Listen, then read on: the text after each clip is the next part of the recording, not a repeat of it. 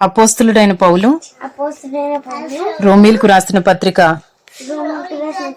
9వ అధ్యాయము 13వ వచనం నుండి 9వ అధ్యాయము 22వ వచనం వరకు.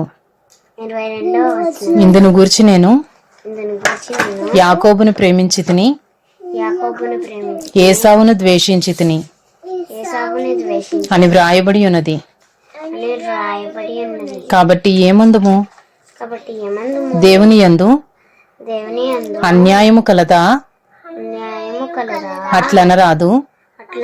అందుకు మోషేతో ఇలాగు చెప్పుచున్నాడు, ఎవనిని కరుణింతునో వానిని కరుణింతును, ఎవని ఎడల జాలి చూపుదునో వాని ఎడల జాలి చూపుదును.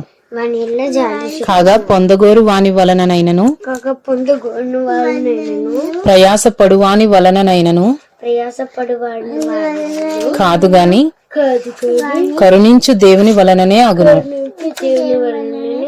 మరియు లేఖనము ఫరోతో ఇలాగు చెప్పెను, నేను నీయందు నా బలము చూపుటకును నా నామము భూలోకమందంతటా ప్రచురమగుటకును అందు నిమిత్తమే నిన్ను నియమించితిని. కావున ఆయన ఎవనిని కనికరింపగోరునో వానిని కనికరించును, ఎవనిని కఠినపరచగోరునో వాని కఠినపరచును. అట్లయితే ఆయన చిత్తమును ఎదిరించిన వాడెవడు? ఆయన ఇకను నేరము మోపనేలా అని నీవు నాతో చెప్పుదువు. అవును గాని ఓ మనుషుడా, దేవునికి ఎదురు చెప్పుటకు నీవెవడవు? నన్నెందుకు ఇలాగు చేసితువని రూపింపబడినది రూపించిన వానితో చెప్పున ఒక ముద్దలో నుండియే ఒక ఘటము ఘనతకును ఒకటి ఘనహీనతకును చేయుటకు మంటి మీద కుమ్మరి వానికి అధికారము లేదా? అలాగు దేవుడు తన ఉగ్రతను అగుపరచుటకును తన ప్రభావమును చూపుటకును ఇచ్చేయించిన వాడై నాశనమునకు సిద్ధపడి ఉగ్రతా పాత్రమైన ఘటములను ఆయన బహు దీర్ఘ శాంతముతో సహించిననేమి.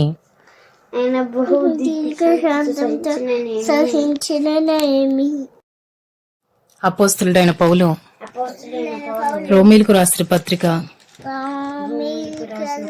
9వ అధ్యాయము 23వ వచనం నుండి 9వ అధ్యాయము 32వ వచనం వరకు. మరియు మహిమ పొందుటకు ఆయన ముందుగా సిద్ధపరిచిన కరుణా పాత్ర ఘటముల ఎడల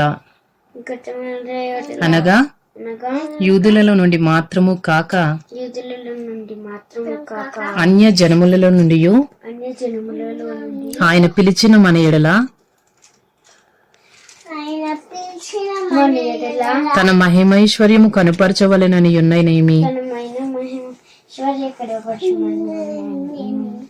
ఆ ప్రకారము నా ప్రజలు కాని వారికి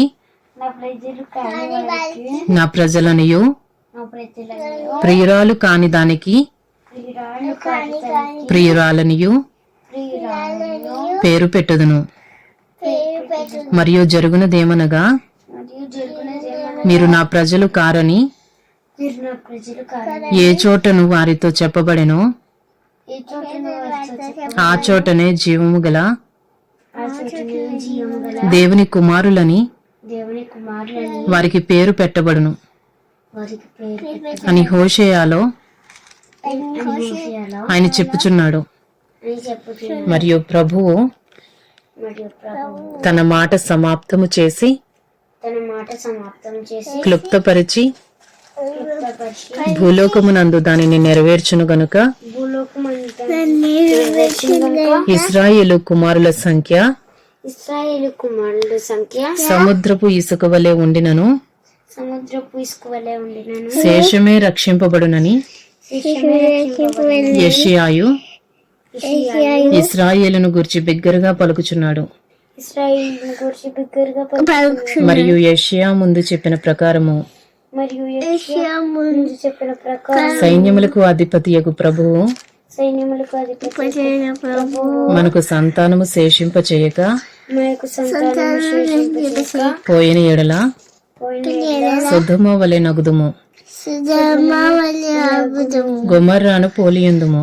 గుమ్మరాను అట్లయితే అట్లయితే మనమేమందుము? నీతిని వెంటాడని అన్యజనులు నీతిని అనగా అనగా విశ్వాస మూలమైన నీతిని పొందిరి. విశ్వాసం మూలమైన నీతిని పొందిరి. అయితే ఇశ్రాయేలు అయితే నీతి కారణమైన నియమమును వెంటాడినను నీతి కారణమైన నియమమును ఆ నియమమును అందుకొనలేదు. ఆ నియమమును ఎందుకొనలేదు. వారెందుకు అందుకొనలేదు? వారు ఎందుకు అందుకొనలేదు? వారు విశ్వాస మూలముగా కాక వారు విశ్వాసం మూలముగా కాక క్రియల మూలముగానైనట్లు క్రియల మూలముగా దానిని వెంటాడిరి. దానిని వెంటాడిరి.